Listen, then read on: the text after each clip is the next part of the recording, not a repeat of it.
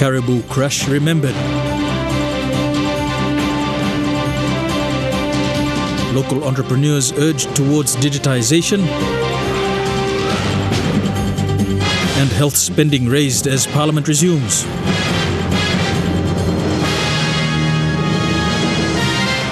This is the National EMTV News with Meraba Tulo. A very good evening. Thank you for joining us. This is Tuesday's news. In 1972, 25 people lost their lives in one of the biggest fatalities for the Royal Australian Air Force. This year marks 46 years on since the crash, which saw students from De La Salle Secondary School lose their lives in what's now known as the Caribou crash. De La Salle Secondary School commemorated the 46th anniversary of the Caribou crash, which took the lives of 5 aircrew and 21 students from the De La Salle Secondary and Popondetta Secondary Schools. There were only 4 survivors.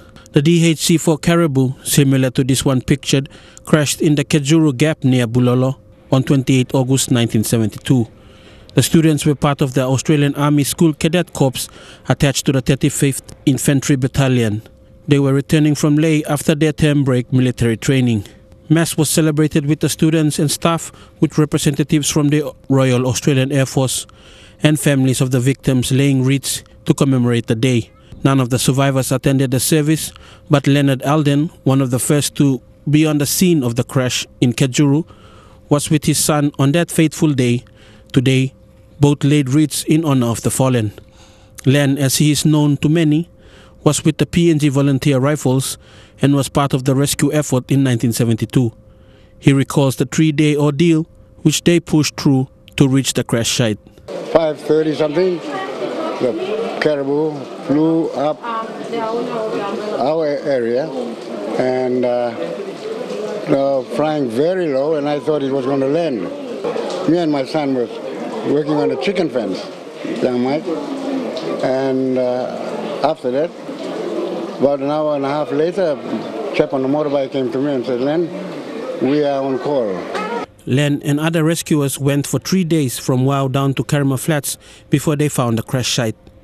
The third evening, some young kids came up and they started to, wave, and the chopper pilot looked down and said, "Hey, there's some young blokes there." So they went down.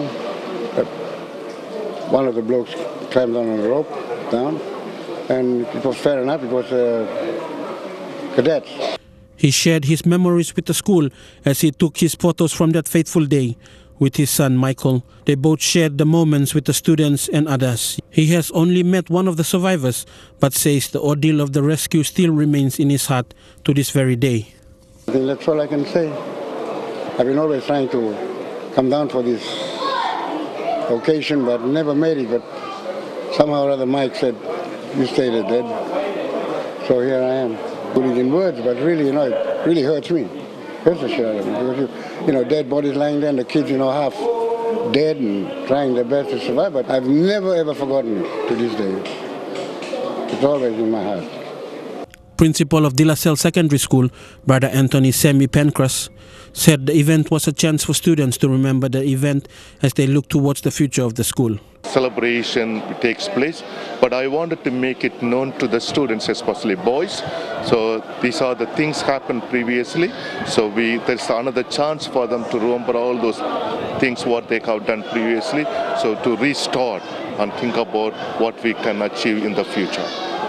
Fidelis Sukina, National EMTV News. The government has directed for all public servants to be registered with an NID card by December this year. To ensure this happens, the Department of Personnel Management has partnered with the Civil and Identity Registry. Registrar General of the Civil and Identity Registry, Michael Kumung, said so far the Education Department has come on board to register teachers throughout the country. Here for the presentation of Registrar General Michael Kumung said 32 government agencies have completed registration so far. However, he said he could not give an exact figure of the registered public servants due to technical issues. He said the registry was aware of the government's request for an exact figure and is on course to confirm a figure of registered public servants soon. Mr. Kumung said the registry has arranged for registration teams into different sectors, with public servants being one sector. This move is just one of other steps that the registry is taking to meet the target of registering everyone by 2021. We are more interested in the statistics. We want to know how many people by age group, by gender, by geography, provinces, district, by profession. These are all information that needs to be stored in our database, so we retrieve it when we need it and we use it, give it to the government to use it for the planning purposes, for resource allocation, for any decision making. Another step that the registry has taken is signing MOUs with provinces and districts to take NID registration to the provincial and district level. So far, Bulolo, Yanguru Sausia, and Pomio districts have signed an MOU with the Civil and Identity Registry.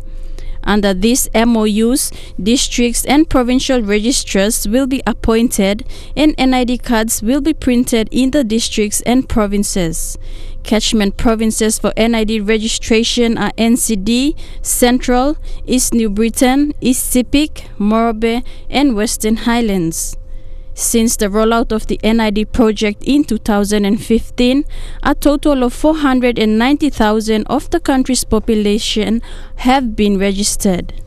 Even with this significant number, challenges are inevitable, but the registry is coping with promising results. Also, we're dealing with data that must be loaded from the districts. We sometimes are delayed in processing because we have to take the data from the field all the way to the urban area where we access the communication network, and we then load the data or we bring it here to Port Moresby.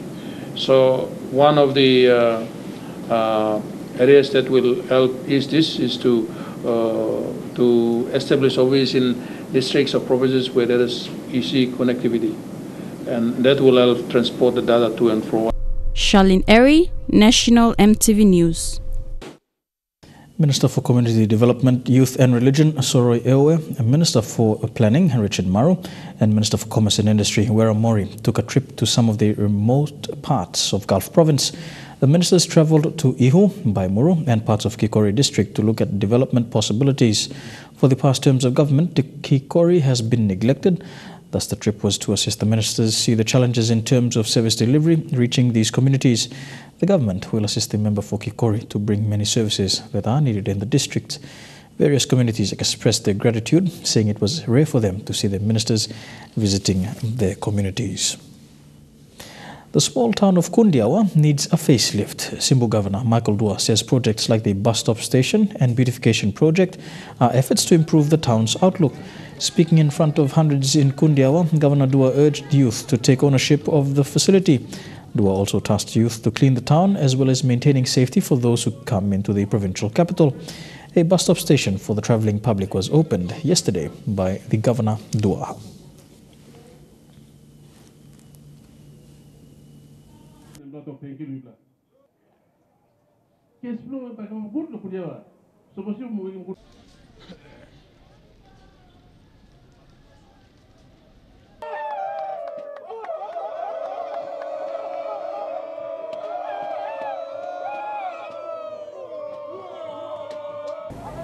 And start now.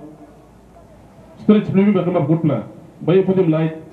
All you start now that can pick forward Lena. Over market here, you lose him. By blood of Milo, clean more teacher of town, you back at the Grasna. By you get the best start.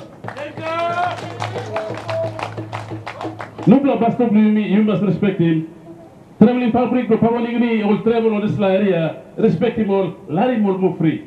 This is a town, good plan, deep town.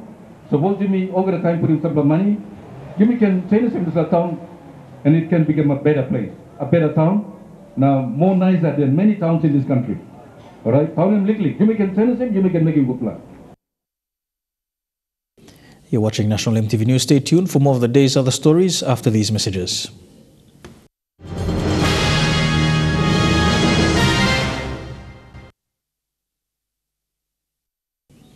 Welcome back to the news. Bank South Pacific has continued its strong performance, with the bank today announcing its 2018 half-year performance to investors. According to CEO Robin Fleming, despite challenging business and economic environments, the bank has managed to realize strong results, with this year's half-year net profit after tax at 418.3 million kina, up 12% from 2017. At a presentation to investors and the media, BSP Group Chief Executive Officer Robin Fleming acknowledged the continuous positive growth of BSP despite tough economic conditions, especially in PNG. Pretty essentially being from the dividend payment during the first half of the year. Again, growth in every country, PNG in particular. Fiji has also seen some good strong growth. Whilst market conditions in PNG continued to remain subdued, growth in key areas, including loan portfolios, laid the foundations for strong growth, culminating in a group net profit after tax of 418.3 million kina for the first half of 2018, a 12% increase on the corresponding period in 2017. Loans have increased, deposit trends positive, total assets have increased, and our deposit mix remains relatively consistent, although there has been more reliance on demand deposits rather than term deposits. Furthermore, BSP has also realized increased revenue through its growing loan book, with the bank's total group revenue up more than 7% from 2017 levels. And continue to look at everyone ensuring that our assets are looked after. From a market strength perspective, the market share has grown in every country. Despite a slight increase in competition within the retail banking space, BSP remains confident that it can continue to post positive results given the performance of its various businesses. Capital, with Geno as our new General Manager of BSP Capital. In Fiji, we've got the bank, finance company and life. Solomon Islands, the bank and our finance company. And all the other countries, our bank, and of course in Cambodia, BSP Finance. Morobe Province will now manage its own TFF funding next year, making it the third province in the country for the government to decentralize TFF education policy. The Provincial Education Board endorsed a committee last week to ensure that this policy is delivered, monitored and coordinated at the district level. Morobe Governor Ginson Sauno thanked the Minister for Education and the Department Secretary, Uke Kombra, for decentralizing the TFF components to Morobe Province. The decentralization of the government's TFF education policy to Morobe Province will make it easy for the province to spend, monitor, control and acquit at the provincial level. This includes the 40% for school administration, 30% for teaching and learning materials and 30% for infrastructure. Morobe's Governor Ginson Sauno said the government is yet to give the TFF amount for the province. According to Minister, we will have that in the next year's budget. So we don't know how much at the moment, but we want to have what we deserve. And if there is anything that we missed out, we will also ask for it. The TFF policy is one of the government's policies for quality education to all schools in PNG. However, the policy was not working effectively for most schools in the country, especially in Morobe. According to our initial investigation since 2017, the national government owes 6 primary schools in Leyte district alone more than 3 million kina in outstanding tuition fee-free payments. The outstanding payments have been accumulating since 2014. During a recent governors' conference in Medellin this year, Sauno highlighted that the government owes Morobe 30 million kina in outstanding TFF funds. Last year alone, 30 million, and that is yet to come. But at least for next year, we know what is coming.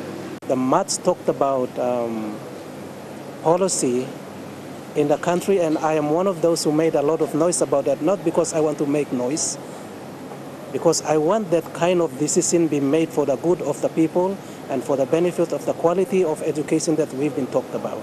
A committee has been endorsed by Morobe's Provincial Education Board to ensure the TFF funds are delivered, monitored and coordinated at the district level.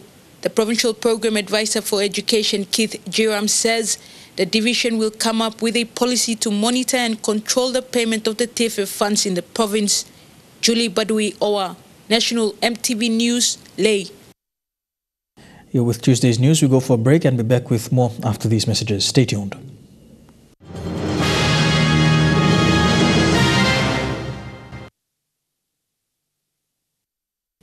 Welcome back to the news. Turning overseas now, gang rape, children killed in front of their parents and villages burnt to the ground.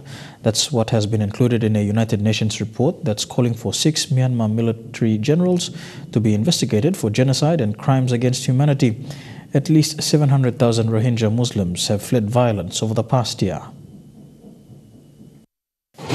A systematic campaign of murder, torture, rape, and against Myanmar's Rohingya Muslims, extermination. Patterns of violence which have been going on in Myanmar for decades and for which the UN investigators say the country's top military leaders bear clear responsibility. This report contains details of war crimes, crimes against humanity and genocide. Now, it's highly unusual for UN investigators to publicly name those they believe responsible. This time, they say the evidence is overwhelming. 6 generals are named in the report. A longer list of names has been stored at the UN for further investigation. The team interviewed over 800 victims and witnesses and heard accounts of gang rape, of children killed in front of their parents, and of entire villages burnt to the ground. They showed me their scars, they showed me what had happened to them. I could just see from their bodies and others that these people were deeply, deeply wounded.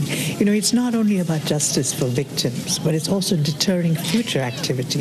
If you allow this to go without any kind of sanction, then every army in the world will think they can do this.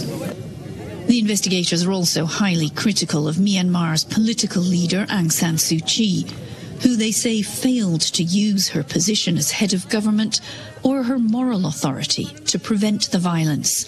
The next step, the report says, is to refer Myanmar to the International Criminal Court. The video gamer behind a deadly shooting at a gaming contest in Florida had been treated multiple times for mental illness. 24-year-old David Katz killed 2 people and injured 10 others after losing a game earlier in the day. Before taking his own life, police say Katz killed 2 gamers, 28-year-old Taylor Robertson and 22-year-old Elijah Clayton. He was a good man. He did not believe in violence. He never even had a fist fight. In this image, a red dot can be seen on Elijah's chest. Officials say one of the 2 handguns Katz carried was equipped with a laser sight. 10 others were shot. Timothy Anselimo was hit 3 times, once through the chest, as his brother watched the live stream. He's destroyed right now with what has happened to him, and our main focus now is to get him better and back to where he needs to be. Alexander Madunik shot in the leg, recovering in the hospital.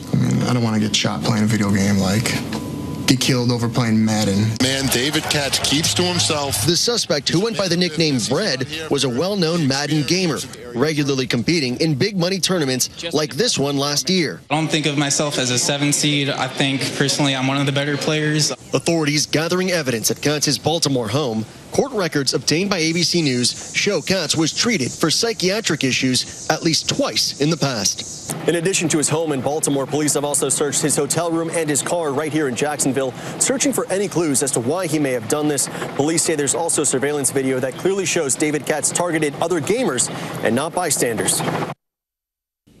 A visit by a former American soldier turned whistleblower is being opposed by the New Zealand National Party, which says she shouldn't be allowed to profit from her crimes. Chelsea Manning is expected in New Zealand next week for 2 speaking engagements. She's among the most tumultuous public figures of our time. A one-time soldier, best known as the intelligence analyst who leaked 700,000 documents to WikiLeaks. Come on, let us shoot. Chelsea Manning, the former Bradley Manning, remains a controversial figure. Private Manning is a traitor and should not have been turned into a martyr. Brad Manning is a hero. Now the 30-year-old's heading here to speak in Auckland and Wellington. The opposition says she shouldn't be allowed in. She still has several criminal convictions for espionage, theft of hundreds of thousands of documents, and her conviction was not overturned. But her 35-year sentence was commuted by President Obama after she'd served just 7 years. And the Green Party says Manning is welcome. Essentially, she poses poses no risk to New Zealand, and in fact we say that the only thing she's guilty of is acting in the public interest and exposing abuses of power. But Ms Manning's record means she needs special permission to visit. Immigration NZ admitting late today that's been held up because of a technical glitch. And we applied for that 2 weeks ago. I'm not sure of the processing times with special directions, but we're confident we'll get a response from them within the next 24 hours, I've been advised today. The promoter says the public has the right to judge Chelsea Manning for themselves. She deserves the right to come, whether you think she's a hero or a traitor. The constructive discourse around her arguments, whether you're for or against, deserve to be heard. And with plenty of seats still available, this publicity might boost sales. We can do better. You're damn right we got this. Australian officials are hoping they've managed to find the last of the boatload of suspected asylum seekers in far north Queensland. They've been hiding out in hostile, crocodile-infested bush since their boat ran aground on Sunday. They survived the night but couldn't evade Australia's authorities any longer. The last of the suspected asylum seekers who came ashore in Queensland on Sunday, taken away. The dangerous Daintree rainforest proving a short-lived shelter. Why did you travel to Australia, sir? More than a dozen people were on this boat believed to be from Vietnam. Their arrival sparking a major search operation. People seek Australia out, they seek New Zealand out. Luckily for New Zealand, the giant landmass of Australia is in between them and many of these source countries. So we just need to be very mindful of the reality of this threat. The government's described the partially sunk vessel as the first people-smuggling boat to reach Australia in nearly 4 years, marking a major breach in the country's so-called Ring of Steel. Incoming vessels are strictly monitored and normally intercepted before making it to land. Just 2 months ago, former Prime Minister Malcolm Turnbull announced a $7 billion deal for new drones to patrol the seas, but the first isn't expected to be operational for another 5 years.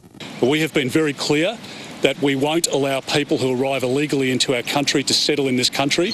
The unforgiving bush in far north Queensland is home to many of the country's deadly animals, including crocodiles. I reckon these poor buggers, they picked the worst buddy patch of country in Australia to break into. One local fisherman picked up 2 men hiding in the mangroves. So we gave them a ride up the river and had a few laughs, and we got them to help us pull in the crab pots. He later handed them into police. A number of the arrivals were taken to Darwin, where they now face being returned to their home nations. Back home now, and to one of our top stories, more than 200 people affected by the Manam eruption over the weekend received their first food rations at around midday today. The PNGDF Navy ship ferried the food rations to the island. It is understood the rations were taken on a credit basis as per an understanding between the Madang provincial government and business houses in Madang. The food rations given to the locals here are for 239 households from 2 villages which were directly affected. The food supplies include flour, rice, cooking oil, cartons of tinned fish and water containers. Long Dangalem 239 population. Household Longalem 41. 41, yes. Meanwhile, the food rations are not enough to cater for an additional 7 villages. In total, there are 1,885 villages. At least 4,000 islanders are still in need of food and water. All present food allocation here in Igolong, all this island. Other than that, all villages like Yasa and Igo, only Bakarap through. They're in a desperate situation now. Masa Luis, National EMTV News, Madang. And to Parliament now, the government's expenditure in health has been queried, with the opposition today questioning whether the government was committed to fulfilling its commitments under the 2018 national budget. In a series of questions, Shadow Treasurer Ian Lingstaki claimed that figures in the recently tabled Mid-Year Economic Fiscal Outlook report demonstrated the lack of commitment by government to key health programs. Some of the earlier health funding During question time in Parliament this afternoon, Shadow Treasurer Ian Lingstaki raised a series of questions relating to the government's health expenditure. The Shadow Treasurer's questions were based on the recently tabled Mid-Year Economic Fiscal Outlook report, indicating no money spent on several health line items, including for district and rural health, Engau Hospital Cancer Ward, Wewak School of Nursing, and the Church Health Partnership. Treasurer, why is it that the MyEFO report shows that there has been no expenditure on or even warrants released for your so-called free health policy? According to the Shadow Treasurer, the figures in the MYEFO were yet another demonstration of the government's lack of ability in sticking to the country's budget. Speaker, the national government claims that everything is rosy and that revenues are coming in as expected. But, and this is a big but, if revenues are coming in so well, the opposition, the alternative government, and the people of PNG are left wondering why are so many things being left unfunded. In response, Treasurer Charles Abel was quick to defend the government's performance, explaining that whilst it was well known that the country had seen better days, the government remained committed to fulfilling budget items. And I've never said that everything is rosy, but we've presented what our government is doing, which are many positive things in the face of such circumstances, the good things that we are trying to do. But no one has said that everything is rosy. We have got all the usual development challenges out there that have faced us since independence. Minister Abel also went on to highlight measures that had been taken to redistribute funding to key areas, including health, which he said remained a priority for government. But from a budgetary perspective, we are allocating the resources. Only recently in the supplementary budget, we cut DSIP and PSIP funding to make sure almost 200 million kina extra money was put into medicines. That is the focus that we are bringing. We sacrificed the district program from 10 million to 2 million so that we could make sure priorities like the health department were funded. Here with National EMTV News, we have updates on PNG Women's Rugby League, corporate golf, and a wrap-up of the Paradise Foods New Kick AFL finals over the weekend. That's all in Trukai Sports, coming up after these messages. Stay tuned.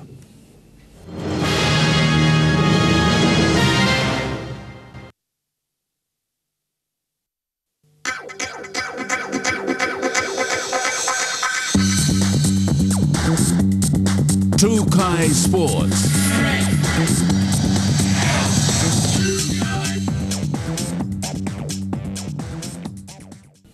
Welcome to Trukai Sports. We begin with Rugby League, and a fairly new National Women's Rugby League team has been picked this year. Many players who were selected in last year's Oil Search PNG Orchids team for the World Cup have not made this year's 22-member squad to take on the Brisbane Broncos Women's NRL team on Sunday. This year's team was picked on youth and defence. A few Orchids players who were part of last year's World Cup team were not selected because of their poor performance at the National Women's Rugby League Championships held last weekend. Some of our Orchids players from last year weren't performing throughout the year and certainly weren't really doing their job on the weekend. And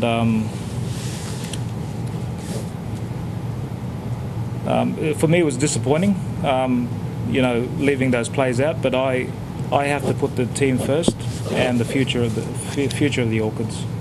This year's team is youthful and consists of skill and agility.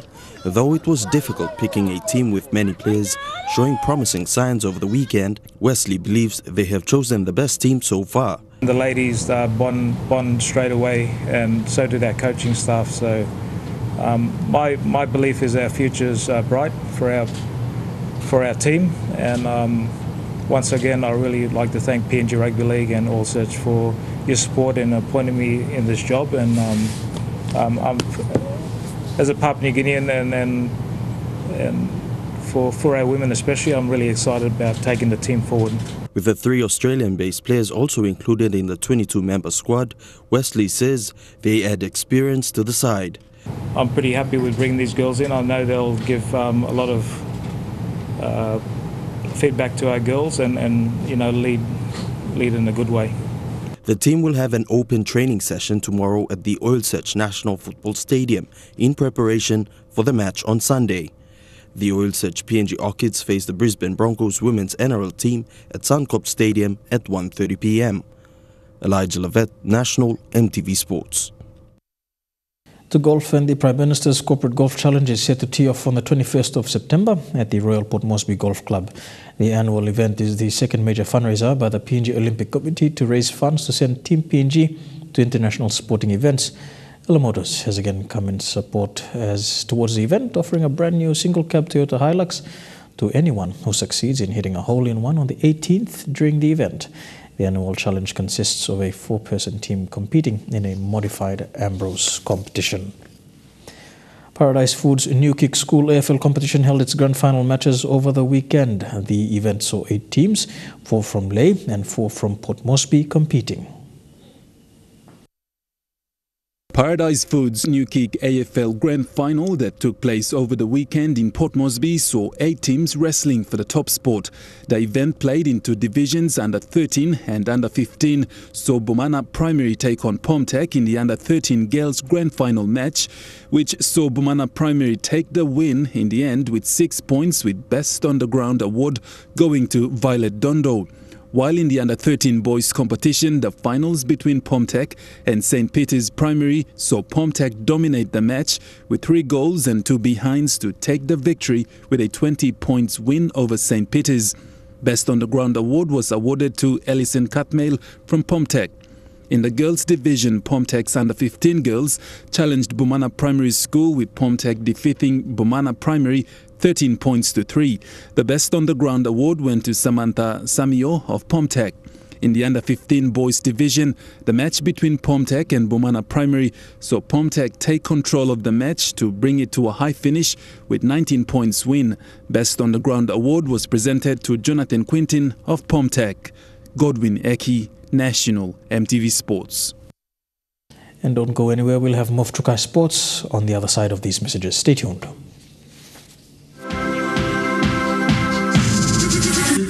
Trukai Sports. Welcome back to Trukai Sports. To Rugby Union now. After recently attending the Rugby Sevens World Cup in San Francisco, the PNG Palais are now back in training in preparation for the Oceania Sevens qualifiers in Fiji. Their coach, John Larry, is looking to select the best players based on attendance and performance of each individual player during training. With the Oceania Sevens tournament only 2 months away, national players are now back in training. Training both in the gym and on the field, it will be critical for individual players competing to make the squad. According to coach John Larry, attendance to training is a priority, as there are many good players wanting to be in the final squad. A trial match for the selection into the squad will be played 2 to 3 weeks prior to the main event. Once the final 12 are announced for the new Palais team, the team will go into camp in preparations for the event. The Oceania Sevens tournament will take place in Suva, Fiji from the 10th to the 11th of November.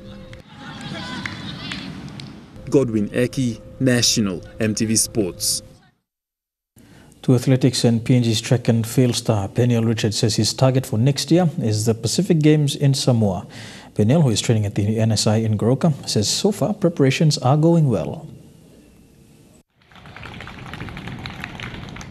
Peniel, who is undergoing strength and conditioning as part of his training and preparations at NSI, attended the recent National Athletics Championships in Port Moresby to test his fitness level. NSI is a facility that's located like Goroka district. It's a small town, of course, and well, the facilities are all right. They have a grass track, and of course I'm a jumper and I need the proper equipment, and of course sometimes it's a little hard to get it around there. But of course I do what I can. Of course, coming from the point where I'm under general conditioning, and at this phase of my training I'm still doing a lot of sprints and stuff. So I'm just reflecting on the type of training that I'm doing, of course how it's working and where it's gotten me. So of course I'm getting good results from just the conditioning work, of course just from running and stuff. I haven't done any specific jump training, but yeah, it looks pretty good and I'm loving it, enjoying it. Peniel says he has now set his sights on next year's Pacific Games, but in the meantime, attending other competitions in Australia will also be equally important. Of course, my performance-wise, I would say, judging from where I've been training for the last couple of months, I'd say it's pretty good. So I'm looking forward to getting back into it. Of course, frequent competition is what I need, and hopefully we get funds to get down to Australia and get into some comps. That'd be helpful towards the games, yeah. While working on his weak points, Peniel is incorporating various types of training to keep fit and ready for any upcoming fixtures. Me and my coach, Philip Newton, we're working towards a long-term program. Hopefully we're looking to get qualified for the Olympics and of course some World Championships, but our target right now is the Pacific Games. And yeah, I've been up in Goroka doing my conditioning work, and I'll be spending, I think, the next 2 to 3 months towards the games preparing for that with my coach. Yeah. He says frequent competition is what he needs. Godwin Eki, National EMTV Sports. To something a little bit different, and the Wushu Association of Papua New Guinea Kung Fu is the latest member of the Papua New Guinea Olympic Committee. KFW PNG was endorsed as a member during PNG OC's annual General Assembly, which was held at the Gateway Hotel in Port Moresby.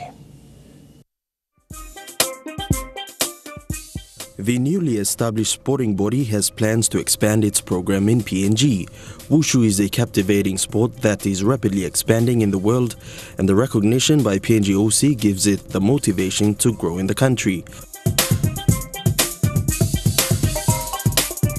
Modern Wushu was developed from traditional Chinese martial arts, with competitions held in 2 categories: Taolu, which is forms or patterns, and Senda, which is freestyle sparring.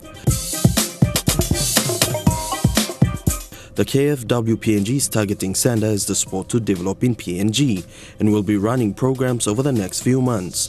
While Sanda has its roots in Wushu and traditional Chinese Kung Fu, it features strikes from the hands and feet, clinches, throws and takedowns. From the beginning, it looks like a variant of Western kickboxing and has also been referred to as Chinese kickboxing. However, Sanda is purely from China. The association has 6 clubs in Port Moresby, Alatau and Popondetta, and it is inviting interested men and women as well as other clubs to join up. The Oceania Kung Fu Wushu Federation is aiming at making Sanda a sport in the Pacific Games and other regional games, with the ultimate aim of one day becoming an Olympic sport. Elijah Levet, National EMTV Sports. And that wraps up Trukai Sports for this evening. We go for a break. When we come back, the weather details for the next 24 hours. Trukai Sports.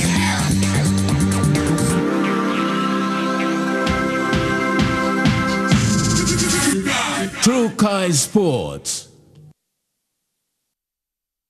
The weather details were proudly brought to you by Dulux, celebrating 50 years in PNG and the only paint made in PNG.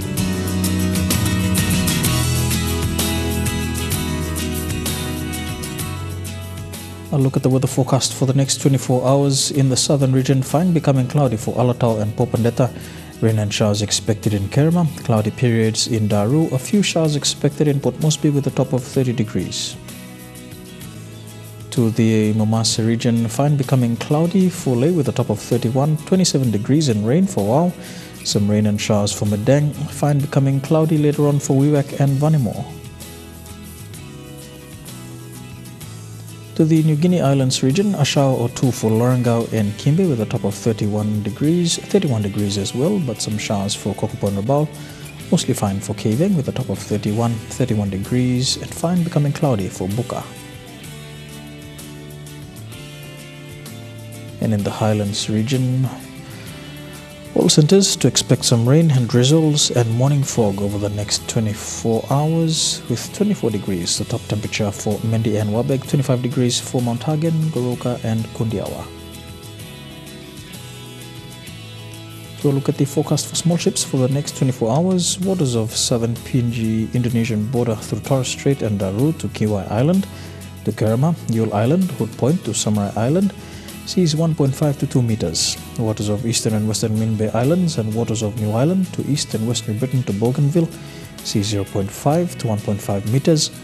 Waters of Samara Island to Cape Vogel, Finchafen, and with waters of Finchafen through Vitias and Dampier Strait to CSE Island to Long Island, seas 1 to 1.5 meters. Waters of Long Island to Medang, Bogia, Wewak, Aitape, Vanimo, and the northern PNG Indonesian border, seas 0.5 to 1.3 meters. And waters of Manus and its western group of islands, seas 0.5 to a meter.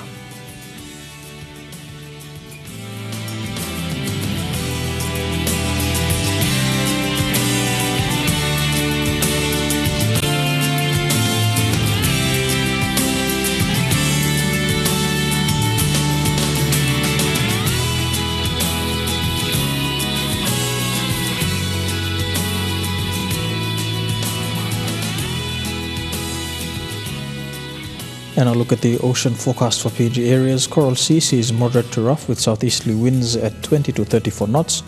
Solomon Sea sees slight with south to southeasterly winds at 10 to 15 knots. Bismarck Sea sees slight with south to southeasterly winds at 10 to 15 knots, tending southeast. And the Pacific Ocean sees slight with south to southeasterly winds at 10 to 15 knots.